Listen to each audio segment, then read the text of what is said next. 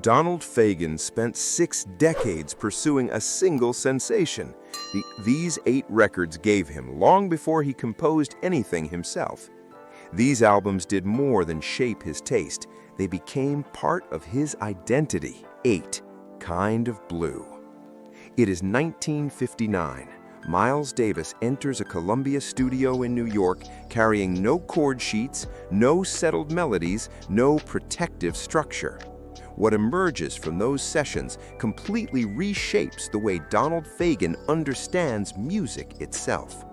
Kind of Blue is not concerned with showing off technical brilliance. It is a record built around atmosphere, around the tension inside silence, around the discipline required to leave empty space untouched.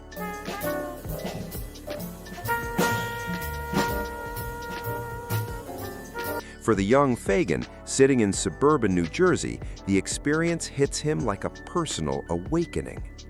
Davis constructs the music around modal scales rather than dense chord progressions, allowing the musicians room to breathe, room to react, room to discover the direction naturally.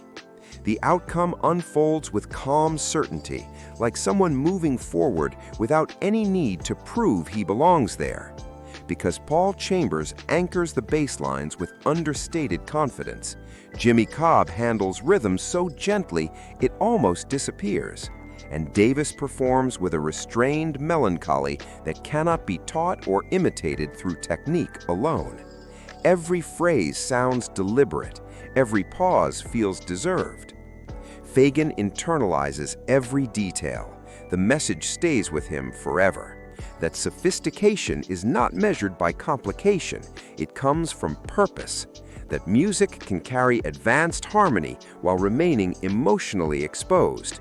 That restraint, delivered with complete certainty, becomes the strongest force any artist can possess.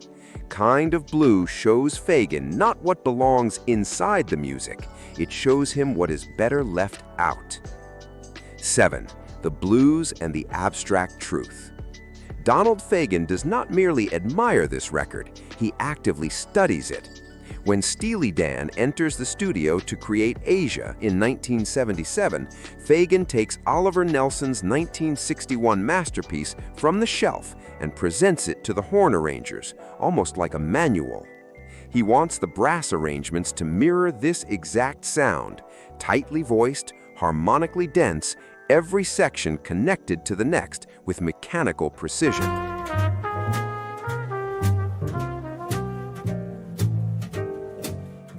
The blues and the abstract truth is not simply reflected in Fagen's music, it operates as a working blueprint, sitting directly in front of him.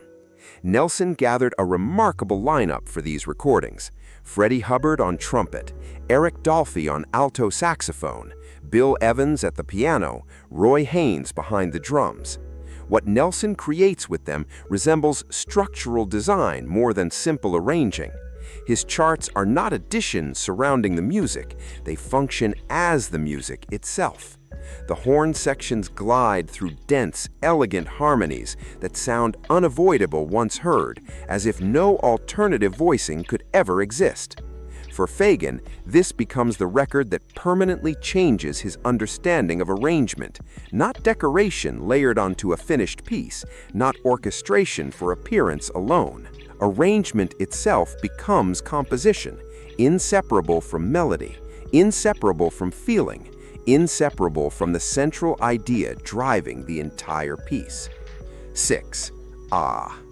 Charles Mingus arrives at Van Gelder Studio in 1959, carrying every frustration, every emotion, every unresolved conflict he has experienced, and commits all of it straight onto tape. Mingus becomes a record unwilling to separate intellect from emotion, unwilling to choose between modern jazz sophistication and the deep spiritual pull of the blues and gospel traditions Mingus absorbed in church as a child. It contains both worlds fully at once without compromise or hesitation. For Donald Fagen, still discovering what kind of artist he hopes to become, this record responds to a question he had not even realized existed. The music shifts between mourning and celebration, through tributes to Lester Young and Charlie Parker, through explosive hard bop performances overflowing with physical exhilaration. Mingus leads the ensemble with overwhelming intensity, pushing every musician toward the most exposed and personal version of themselves. Drummer Danny Richmond locks into Mingus so completely that rhythm and melody begin to merge into one sensation, and beneath everything, the blues keeps flowing like a living current, dark, warm, and impossible to ignore. Fagen studies every moment carefully. The lesson Mingus leaves behind becomes central to Fagen's entire career, that intelligent music never needs to sacrifice emotional honesty to achieve sophistication, that intellect and feeling strengthen one another, that the highest form of musical craft is discovering something genuine and expressing it with absolute precision. 5. Highway 61 Revisited. Donald Fagen rarely talks openly about this record. He plays it in solitude, blinds closed on a worn-out copy he has kept for years. Highway 61 Revisited is the album that reaches deepest into the private part of him he almost never exposes.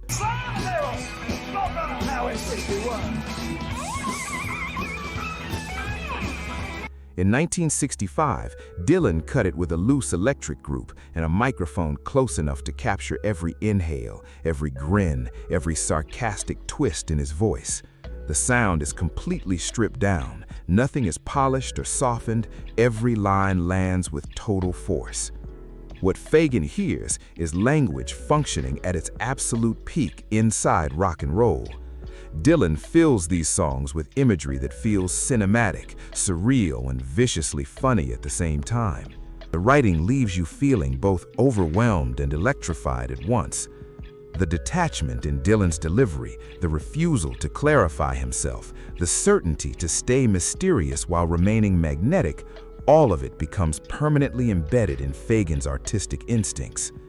Somewhere inside this album lives the entire Steely Dan worldview, the dry production, the literary reach, the cynical narrator observing the song from just outside its frame.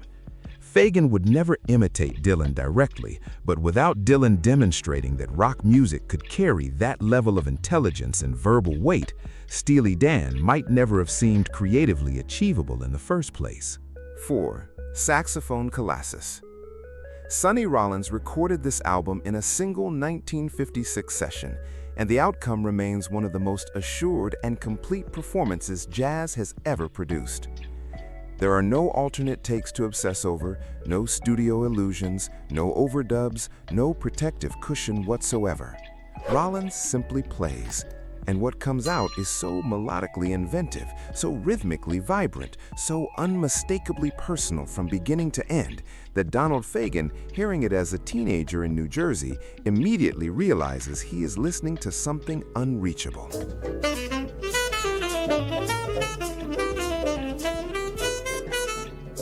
What affects Fagen most is Rollins' sense of narrative. When every solo unfolds like a carefully written story, each one has an opening, a direction, and a feeling of certainty about where it will arrive. Nothing sounds accidental, nothing feels recycled. Rollins grabs an idea, pushes it somewhere genuinely unexpected, then resolves it with the assurance of someone who always understood the destination. For Fagen, the lesson becomes commitment to a musical idea, following it completely to the end without hesitation. Saxophone Colossus demonstrates that discipline and invention are not opposites, that the most liberated improvisation is built on the deepest preparation. 3. Genius of Ray Charles. Ray Charles recorded this album in 1959 backed by a full big band, and the pairing feels so effortless and so inevitable that it barely seems like a decision at all. The blues already lives in his voice, jazz already shapes his phrasing, gospel already exists in the way he attacks and bends a note. He embodies all three simultaneously, without strain or division. For Fagen, who spent years trying to merge jazz, soul, and pop into a unified sound, the album serves both as inspiration and as a humbling example of what true synthesis actually sounds like. Fagen has often called Charles one of his greatest favorites, and the reason becomes obvious whenever Steely Dan reaches for that balance between cool sophistication and deep emotional fire. The arrangements here are exactly what draws Fagen in, precise yet swinging, richly orchestrated without ever feeling crowded, always leaving space for the voice to achieve what only that voice can accomplish. Charles shows that popular music never has to sacrifice artistry for accessibility, that a song can connect with everyone listening while still achieving something extraordinary. That becomes the standard Fagen measures himself against every time he sits at the piano. 2. Thelonious Monk with John Coltrane, The Five-Spot Cafe, New York City, 1957. Two of the most singular imaginations in jazz history share the stage for a residency lasting only a handful of weeks, yet the recording survives forever. Thelonious Monk approaches the piano like someone who invented a completely private language and never felt obligated to explain it. His voicings are jagged and surprising, his rhythms intentionally off-center, his silences carrying as much tension and meaning as any note he plays.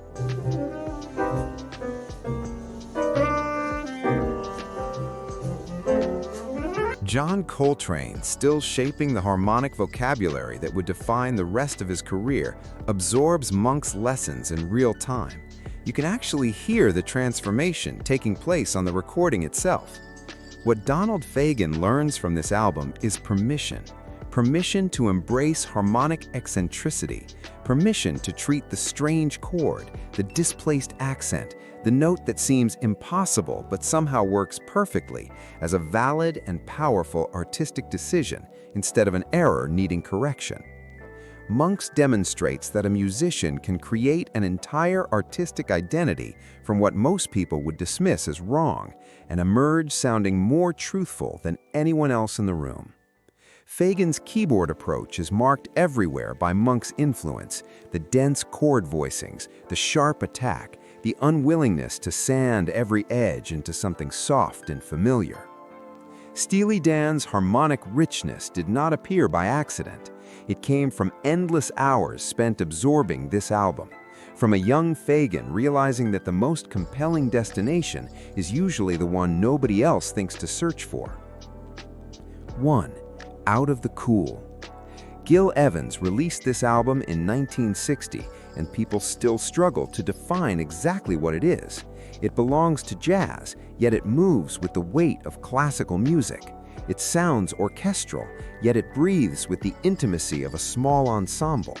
It feels cool on the outside while burning underneath, restrained yet lush at once, disciplined and completely alive. Donald Fagen spent his career pursuing this sensation, and Out of the Cool was the record that first convinced him it could actually be achieved. Evans creates textures nobody else had imagined, writes voicings that seem completely destined, builds an atmosphere so complete and so vividly realized that entering it feels less like hearing an album and more like stepping into a real physical world.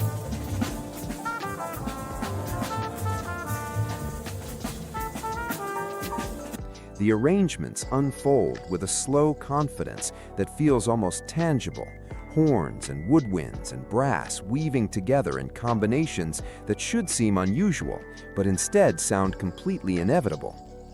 Evans handles the full orchestra the way a master small group shapes silence, treating it as something to sculpt, balance, and release at the precise instant it matters most.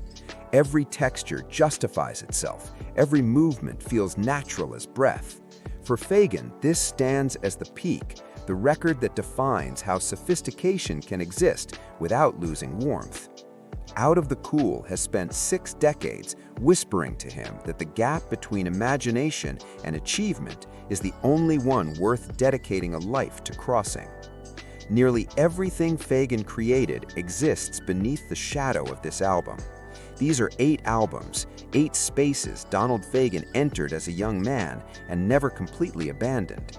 They shaped his harmonic instincts, his production values, his sense of how fearless popular music could become. He never imitated them directly. He absorbed them permanently and silently, the way certain influences sink so deep they stop feeling like inspiration and become part of how you experience sound itself. Everything that followed began here.